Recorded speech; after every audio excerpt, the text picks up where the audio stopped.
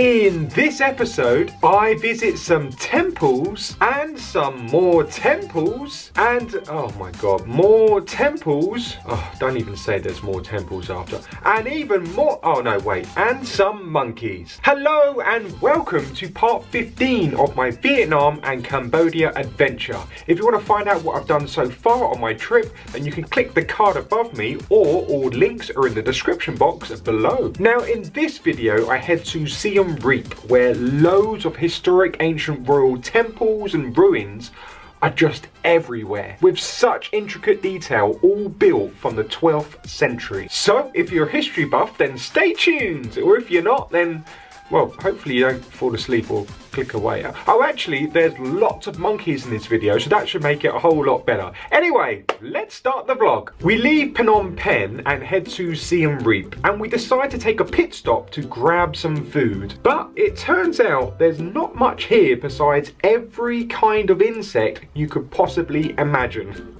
Like, literally, there's piles and piles of the things. I mean, it wasn't really appetizing seeing it mounted like this, but I was still quite tempted because I've never tried an insect before. But there's tons of insects, from beetles to worms to crickets to, of course, spiders and tarantulas. I've always wanted to try a spider, but seeing them all together like this just kind of put me off. One of the guys in the group was brave enough to have one, and he actually enjoyed it. Instead of eating insects, I stuck to a more interesting meal: ice cream. You may have seen those viral videos of them on the internet where they chop up the ice cream using scrapers over cold stoves and spread the ice cream out evenly, then shape it into tubes. I'll tell you what though, it was some bloody nice ice cream. Never understand why it's allowed to ride on the pavement.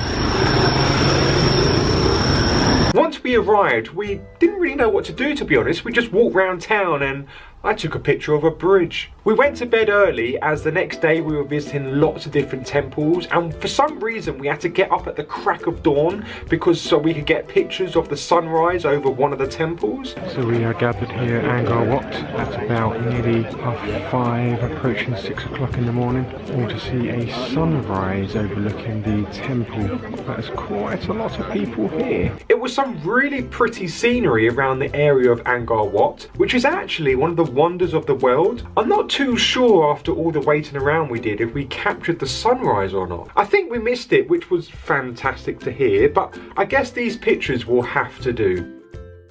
Behind me is a monkey. He is sitting in his primal pose, maybe waiting to attack, I'm not quite sure. Over here we've got a whole pack of them, some baby ones and some mummies and daddies. Hopefully they don't come and swipe my camera from me. It was such a sight to see. Not only seeing a monkey or two, but literally a whole load of them, or troop is the official name to a group of monkeys. There were so many, from adults to little babies. Oh, you got there, fella?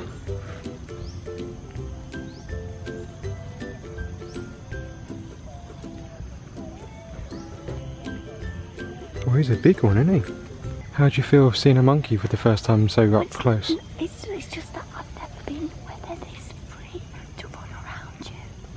Oh my gosh. Yeah. I've never seen it everywhere. And there's obviously a baby one's big. Yeah. It's so exciting. And we managed to get so close to them, and vice versa. They came so close to us. It's Jumanji. They're really not scared at all. There's something very peaceful walking with monkeys though. I do love a monkey though. It'd be so cool to have one as a pet. Although they love to play fight a lot over some fruit. So you one second, he took. Just sit down. They just come. Don't worry. Here, don't worry.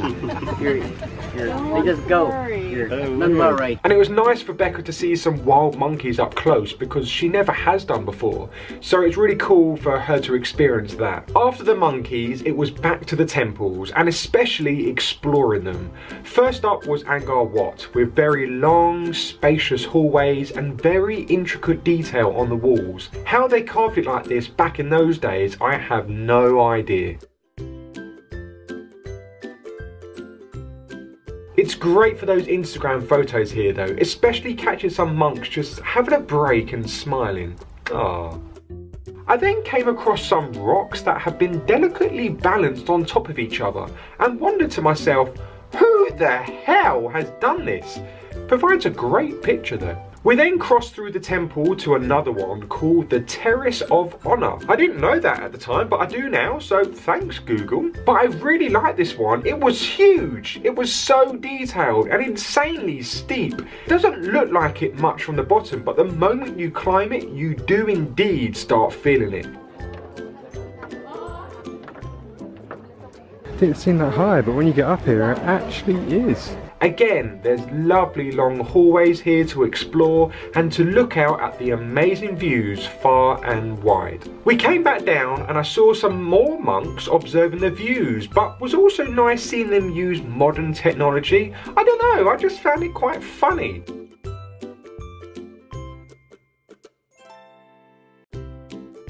And here's a little idea of where I just was. It puts things into perspective really, I guess, and not a bad zoom on my camera. You want to stop recording? You wanted me to record you in the first place? Yeah, but only for a few seconds. I didn't expect it to open up into a random countryside though. God, I'm good at taking pictures. After a quick break from temple running, see what I did there? Temple running? No? Okay, I'll carry on. It was back to more, well, temples. But this temple may be quite familiar to you. It's called Ta Prohm Temple and... well, Andy, you explain it, would you? This is apparently a Tomb Raider building, a Tomb Raider temple, which was obviously in the film Tomb Raider with Angelina Jolie. This is the one that probably in a few years' time that this is going to be collapsed because of this tree that is growing over it and just knocking all the blocks out of the way, and it's going to be in a rubble in a few years. So if you're looking to come and see it before it collapses. Just a giant tree growing right over it. It really is amazing, peculiar and unfortunate at the same time. Like a giant tree is growing on top of a temple. It's amazing though. Yeah. So your big old hat gets in the way. But it's such a shame a lot of it is in ruins already. Quite a lot of it is already crumbling away and being destroyed, to which I think they're doing their best to save it. But it's such an iconic place to visit in Cambodia, and I'm sure it'd be sadly missed when it does fall. So if you've ever wanted to see this place, then, well, think about doing it soon, because I don't know how many years that it's got left. And you get to really see the tree up close and personal and inspect the scale of this huge living beast. Crazy to think that this isn't rock or columns. This is actually the tree's roots. It comes all the way around here, all the way here. It's wrapping its way all the way around the actual temple itself. So if you were to look at that as a picture, it looks like that's actually from the ground, but this is actually on the actual temple itself, which is making all of these blocks here all starting to collapse and fall down from the weight of it and its roots. It's insane, you can't even see the temple underneath. It's being completely swallowed up by the tree's roots. It's magnificent. This is the tree that was in Tomb Raider. Famous tree apparently. So yes, there were many parts filmed for the Tomb Raider film, but this location is the most famous one. Here's a snippet from the film to compare the difference.